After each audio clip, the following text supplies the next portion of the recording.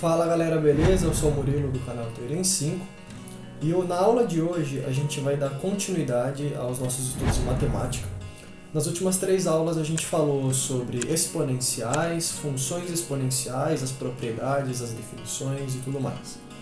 Na aula de hoje a gente vai continuar com esse assunto, só que indo para um outro lado, que é o lado do logaritmo. O logaritmo, como a gente já falou em aulas anteriores, ele vai ser a função inversa das exponenciais. Então por isso que tem uma relação muito forte entre esses dois temas, beleza? Se você não viu os vídeos anteriores, eu vou deixar os links aqui na descrição e eu também vou colocar aqui em cima para vocês poderem ver, beleza? Galera, então bora lá pro vídeo.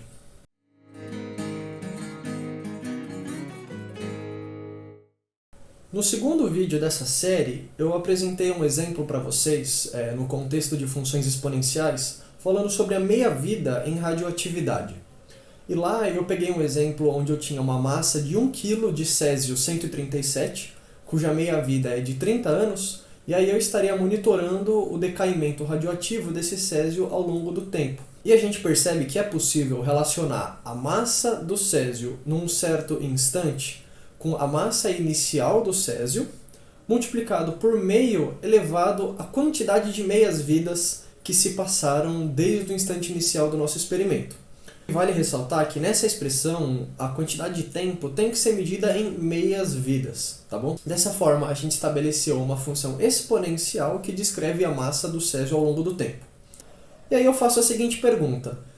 Em quanto tempo que demoraria para a massa do césio inicial se reduzir primeiro a 1/8 da sua massa inicial e na sequência a 1/10 da sua massa inicial?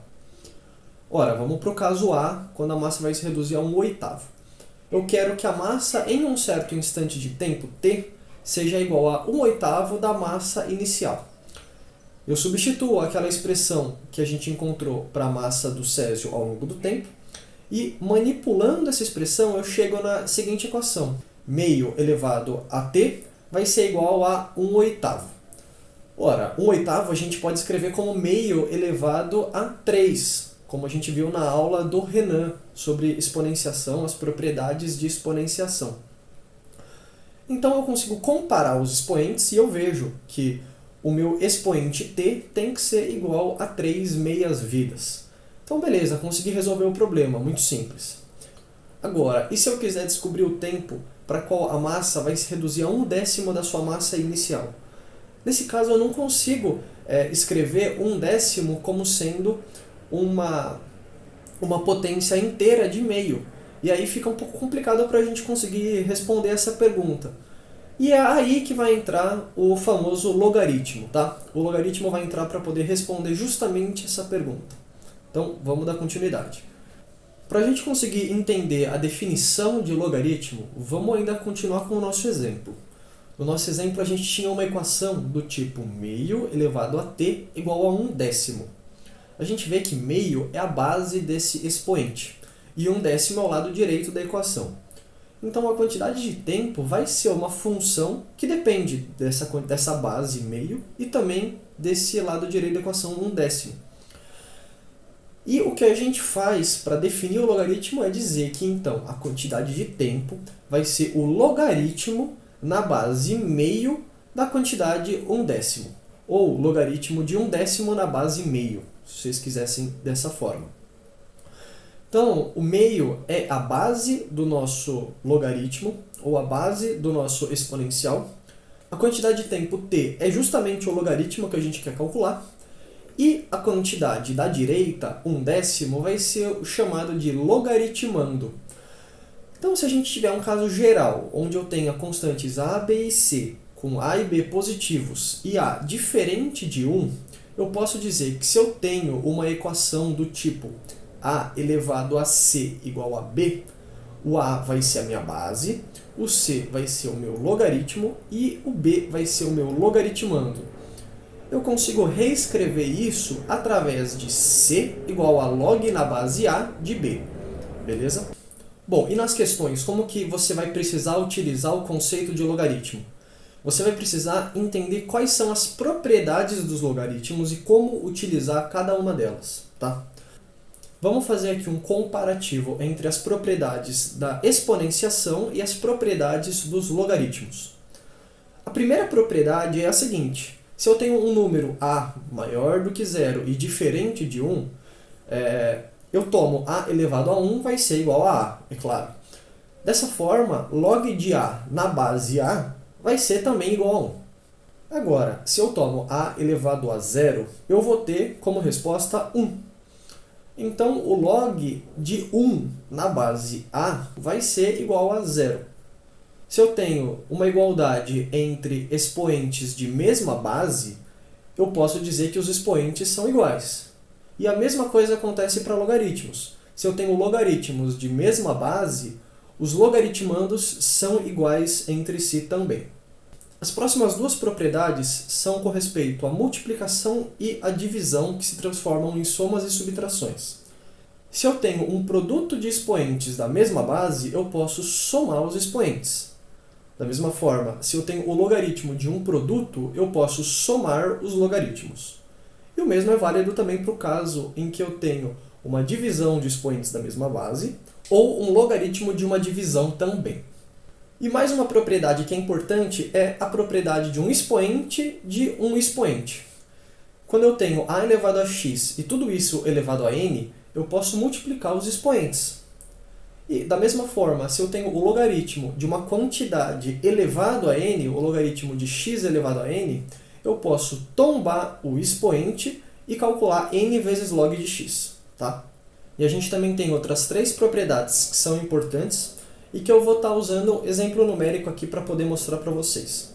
A primeira delas é a seguinte: a elevado a log de b na base a vai ser b. Ora, vamos tentar entender isso daí com um exemplo.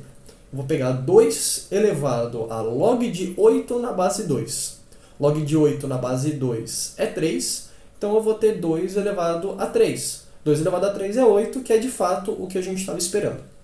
As duas seguintes propriedades têm a ver com a questão de mudança de base. Se eu tenho o logaritmo de b na base c, eu posso reescrever isso como uma fração, onde o numerador vai ser log de b na base a e o denominador vai ser log de c na base a. Vamos com um exemplo numérico para entender. Log de 64 na base 4. Ora, 4 elevado ao cubo é 64, então a resposta é 3. Mas vamos aplicar a mudança de base para ver que dá certo. Vamos pegar log de 64 na base 2 e dividir por log de 4 na base 2. Log de 64 na base 2 é 6 e log de 4 na base 2 é 2. Então, a divisão de 6 por 2 é 3 também, que é o mesmo resultado que a gente esperava. E, finalmente, se a gente precisar inverter a base pelo logaritmando, a gente também pode. Basta a gente escrever com uma fração da seguinte forma: log de a na base c vai ser igual a 1 sobre log de c na base a. E a gente pode ver essa igualdade tomando log de 4 na base 2, cuja resposta é 2. E a gente, aplicando o conceito da mudança de base, a gente vai ter 1 dividido por log de 2 na base 4. Ora, 4 elevado a meio é igual a 2, então eu vou ter 1 dividido por meio. Mas 1 dividido por meio, no final das contas, é 2, que também é o resultado que a gente esperava. Quando a gente tem o logaritmo na base 10, nas questões de vestibular, muitas vezes ele é omitido. Então, se a gente tiver log de a na base 10, a gente vai escrever simplesmente log de a. Muitas vezes nas questões é dessa forma que está aparecendo e está subentendido que é o log na base 10. E um outro comentário é o logaritmo na base e, onde e é o número de Euler. Esse logaritmo na base e, muitas vezes, ele é denotado como ln. Então, se eu tenho log de a na base e, eu vou ter o ln de a.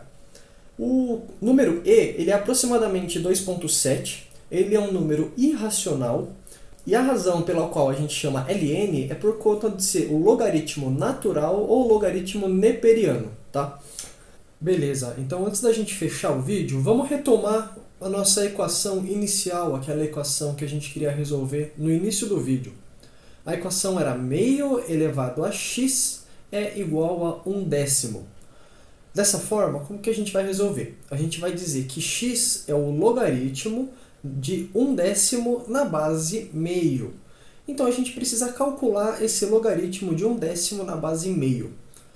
Vamos poder calcular ele da seguinte forma. Primeiro, a gente faz uma mudança de base. Vamos escrever tudo na base 10, que vai ser mais fácil para a gente. Então a gente vai ter que x vai ser igual a logaritmo de 1/10 na base 10 dividido por log de meio na base 10. O que a gente vai fazer agora é utilizar a propriedade da divisão no interior do log. Então no numerador a gente vai ter log de 1 menos log de 10. E no denominador a gente vai ter log de 1 menos log de 2. Log de 1 é zero, pela propriedade que a gente viu. E também log de 10 na base 10 vai ser 1. Então, no final das contas, a gente vai ter 1 dividido por log de 2 na base 10. Consultando uma tabela, a gente descobre que log de 2 é aproximadamente 0,3. Então, 1 dividido por 0,3 vai dar aproximadamente 3,3. Então, essa é a resposta do nosso problema. A gente queria descobrir em quanto tempo a massa de césio ia ser reduzida a 1/10 em decorrência do decaimento radioativo. Como o césio tem uma meia-vida de 30 anos, então essas 3,3 meias-vidas vão corresponder a aproximadamente 100 anos. Então, passados 100 anos, eu vou ter apenas 1/10 do césio original, beleza? E é isso daí, galera. Se você tiver alguma dúvida, algum comentário ou alguma sugestão para esse vídeo, deixa aqui embaixo. Se você tiver alguma sugestão de tema, também mande pra gente. E é isso daí, galera. Bons estudos e até mais!